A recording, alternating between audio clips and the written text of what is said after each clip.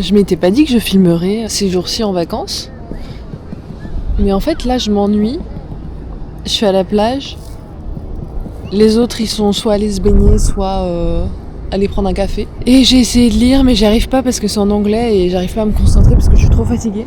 Du coup, j'ai voulu tester de me filmer sur la plage, voir ce que ça donne. Donc j'ai posté ma première vidéo mercredi. Et là, on est jeudi, donc c'était hier. Et j'ai déjà eu à mon échelle, c'est plein de retours positifs et de commentaires qui m'ont trop fait plaisir.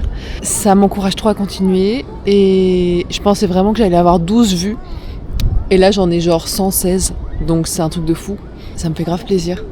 J'étais en train de penser que j'aime trop cette sensation d'être en vacances, à rien faire, à s'ennuyer un peu et à penser aux mois qui vont arriver de la rentrée, aux nouvelles choses qu'on a envie de faire, aux choses qu'on a envie de changer, à penser à son organisation et tout. Quand j'étais petite, j'aimais trop la rentrée et j'aime toujours la rentrée. Donc j'adore cette sensation. Donc pour l'instant, il n'y aura pas beaucoup de ma BD dans les vidéos vu que c'est les vacances. Et puis en plus, ma BD se passe en automne. Et l'automne est un personnage principal de ma BD presque, tellement il est important. Donc je trouve ça un peu... c'est quoi le mot anachronique, mais pour les saisons. Je trouve ça pas à propos d'en parler maintenant, c'est pas le mood. Mais en parlant de vacances d'été, de penser à la rentrée, à l'organisation, etc.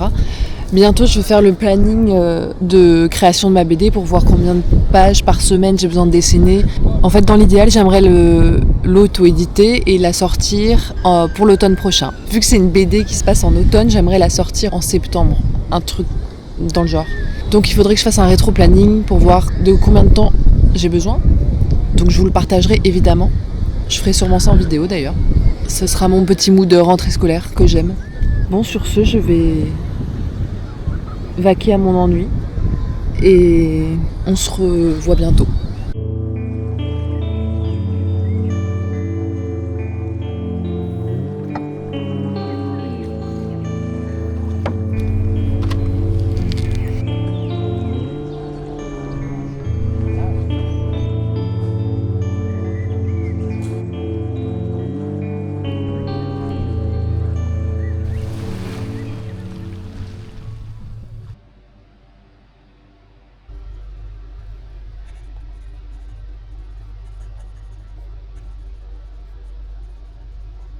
Pendant les vacances, j'ai pris ce livre de Balzac.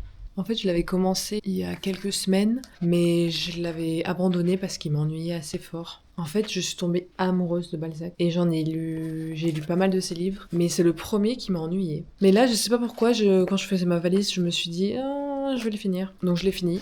Vraiment, si vous connaissez pas Balzac, commencez pas par lui. Je pensais que le thème serait hyper intéressant parce que j'avais vu sur TikTok une fille qui disait que ça répondait à plein de questions sur l'amour. C'est un peu une discussion mariage de raison vs mariage d'amour. Bon, son écriture est toujours aussi magnifique, je l'adore toujours autant.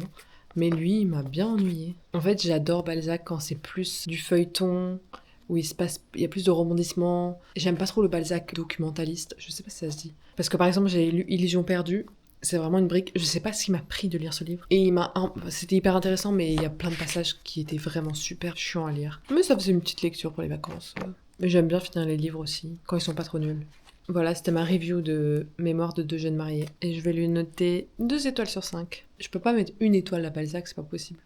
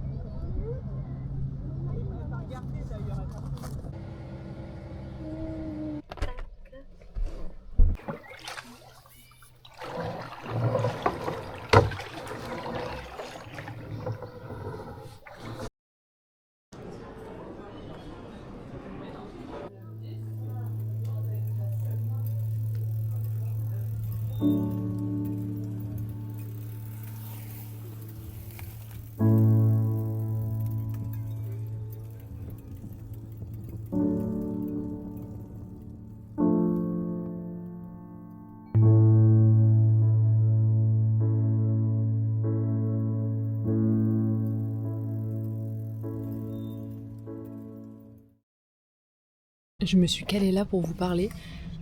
Ça me gêne un peu, c'est la première fois que je filme dehors. Bon, je me suis fait un café avec ma tasse préférée des vacances. C'est la tasse que j'ai prise tous les jours là où je suis. Un peu kitsch, j'adore. Je voulais vous parler de je sais pas comment appeler ça, mon starter pack culturel d'été. J'adore consommer des œuvres qui sont en lien avec la saison dans laquelle je me trouve. Donc petit à petit, au fil des années, je me crée des petites collections saisonnières. Et donc ici, c'est ma petite collection saisonnière d'été. C'est un peu tout ce qui me reste en tête, ce qui reste un peu une obsession derrière. Du coup, j'ai fait une petite liste de tout ce à quoi je pensais. J'ai quelques catégories. Il y a films et séries, musique, livres, BD et un petit bonus photographie. Pour commencer avec les films, déjà le premier truc qui me vient, c'est les films de Sofia Coppola. Pas tous, mais quasiment tous pour moi ont une vibe d'été super forte. Le premier, le plus iconique, mon préféré, Virgin Suicides, évidemment. Il n'y a pas besoin de beaucoup épiloguer, c'est une de mes références pour ma BD d'ailleurs. Je trouve que c'est impressionnant. Elle a fait ce film à 28 ans, donc c'est son premier long métrage. Et je trouve ça impressionnant la patte qu'elle a pour ce premier film. Elle a directement, dès son premier film, elle a eu une esthétique super forte, hyper reconnaissable, très originale, très elle quoi. Les deux que j'ai regardés cet été, c'était The Bling Ring et Marie-Antoinette. L'autre film que j'ai regardé cet été et qui pour moi me renvoie vraiment une esthétique d'été, c'est Pearl. C'est un film de Ti West. Je connaissais pas du tout ce réalisateur, je l'ai découvert avec Pearl et j'ai adoré. C'est tout ce que j'aime.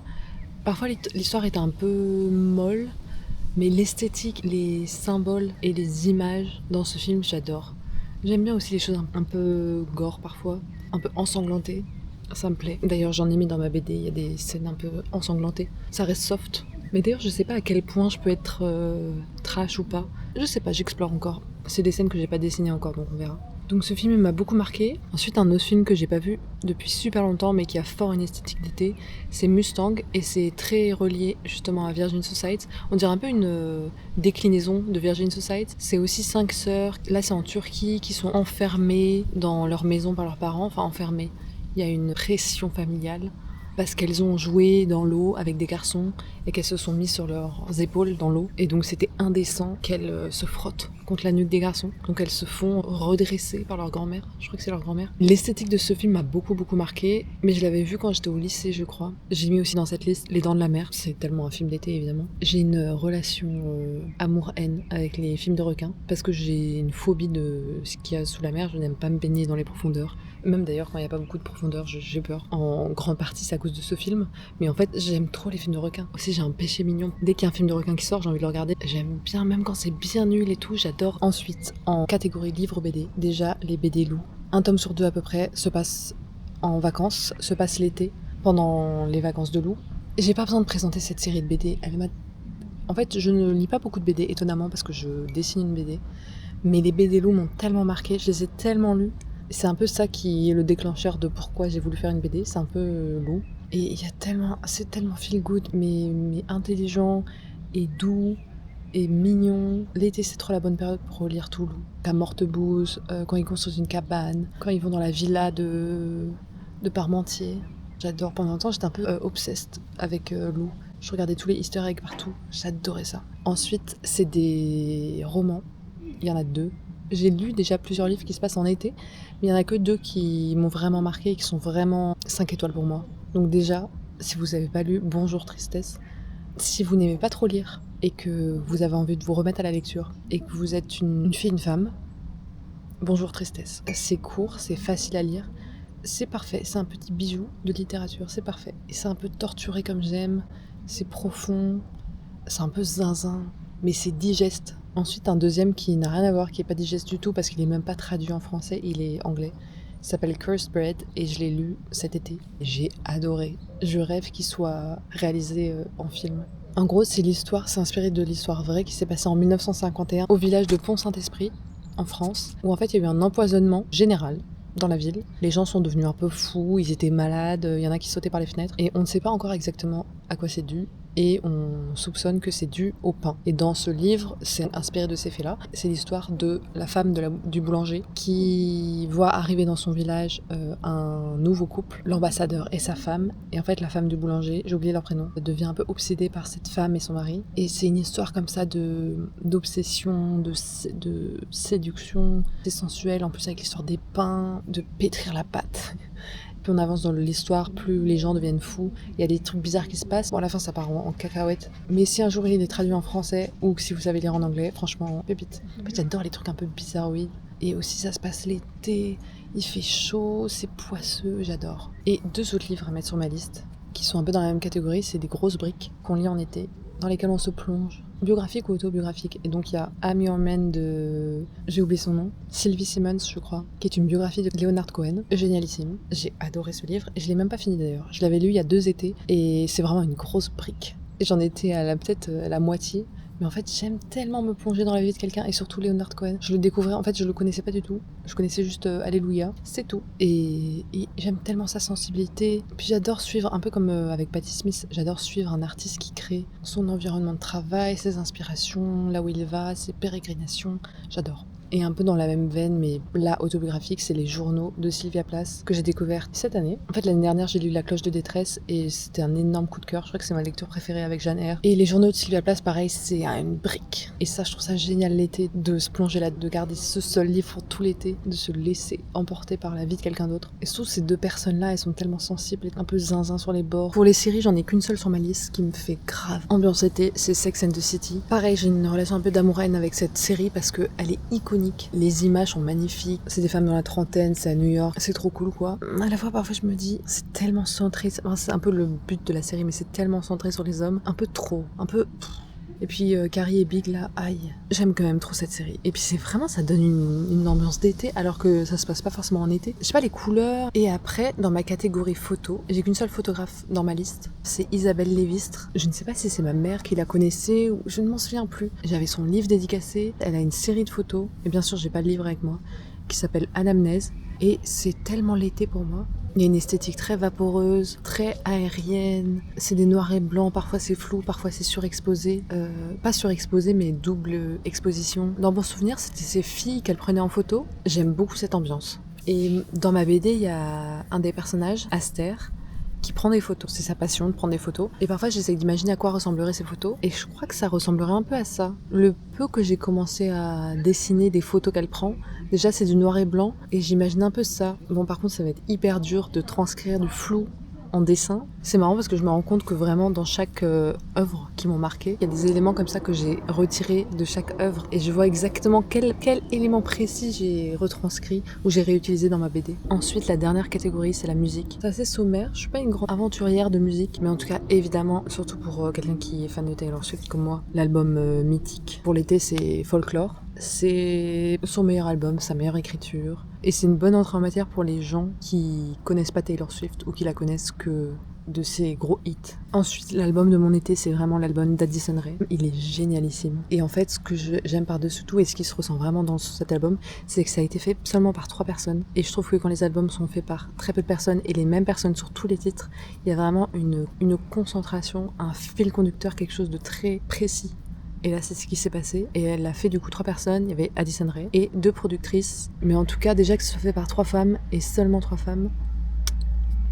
Et ensuite, un petit dernier pour la route. C'est une fille que j'ai découverte il y a quelques mois, qui s'appelle Ruby Roberts. Et pour l'instant, elle a sorti que 3 sons. Je l'ai découverte quand elle a sorti son premier single, qui s'appelle Trampoline. Et en fait, je l'ai trouvée sur TikTok. Et je suis tombée amoureuse de cette chanson. Et en fait, c'est vraiment été parce que... D'ailleurs, j'imagine un peu de Virginie Suicide là-dedans.